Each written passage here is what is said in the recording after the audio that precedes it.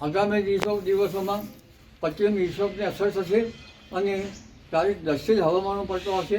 તારીખ 15 સુધીમાં તો પશ્ચિમ વિક્ષોભની અસર દેશના ઉત્તરીય પર્વતીય પ્રદેશોમાંથી પંજાબ, હરિયાણા, રાજસ્થાન અને છેક દિલ્હી તેમજ છેક કચ્છના ભાગો અને ઉત્તર ગુજરાતના ભાગો સુધી રહેવાની શક્યતા રહેશે. આ વખતે કંઈક કચ્છના ભાગોમાં અને ઉત્તર ગુજરાતના ભાગોમાં ઝાકળ જેવી વર્ષા કે હળવો વરસાદ થવાની શક્યતા રહેશે, પણ પવનની ગતિ વધારે છે.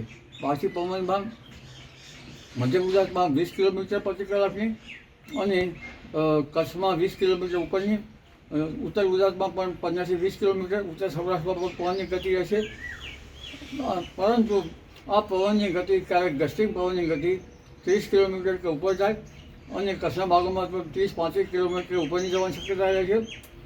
પરંતુ ત્યાર પછી પણ તારીખ 18 થી 20 કે 21માં માર્ચના ત્રીજા સપ્તાહમાં બીજો પશ્ચિમ વિક્ષોભ આવશે અને આની અસર પણ લગભગ ઉત્તર મધ્ય ગુજરાતના ભાગો સુધી રહેવાની શક્યતા રહે છે. અને માર્ચ માસમાં બંગાળ ઉપસાગરના અરબ સાગરમાં હલચલ જોવા મળશે, પરંતુ એપ્રિલ અને મેમાં બંગાળ ઉપસાગરમાં ભારે હલચલ જોવા મળશે, ચક્રવાતો સર્જાશે અને અરબ સાગરમાં પણ હલચલ જોવા મળશે. હમણાં લગભગ 10 થી 13માં ગરમી રહેશે, ત્યાર પછી મહત્તમ ઉષ્ણતામાનમાં ઘટાડો થશે. ફરી પાછો પુનઃ 19 થી 22માં પશ્ચિમ વિક્ષોભ આવતા ગરમી રહેશે, ફરી પાછો મહત્તમ ઉષ્ણતામાન ઘટાડો થશે.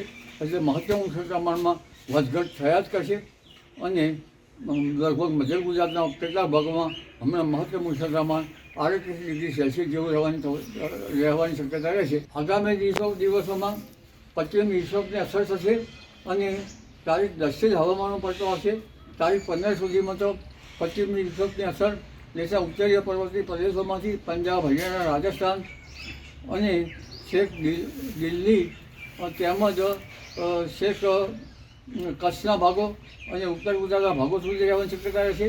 આ વખતે કંઈક કચ્છના ભાગોમાં અને ઉત્તર ગુજરાતના ભાગોમાં ઝાકળ જેવી વર્ષા કે હળવો વરસાદ થવાની શક્યતા રહેશે, પણ પવનની ગતિ વધારે છે.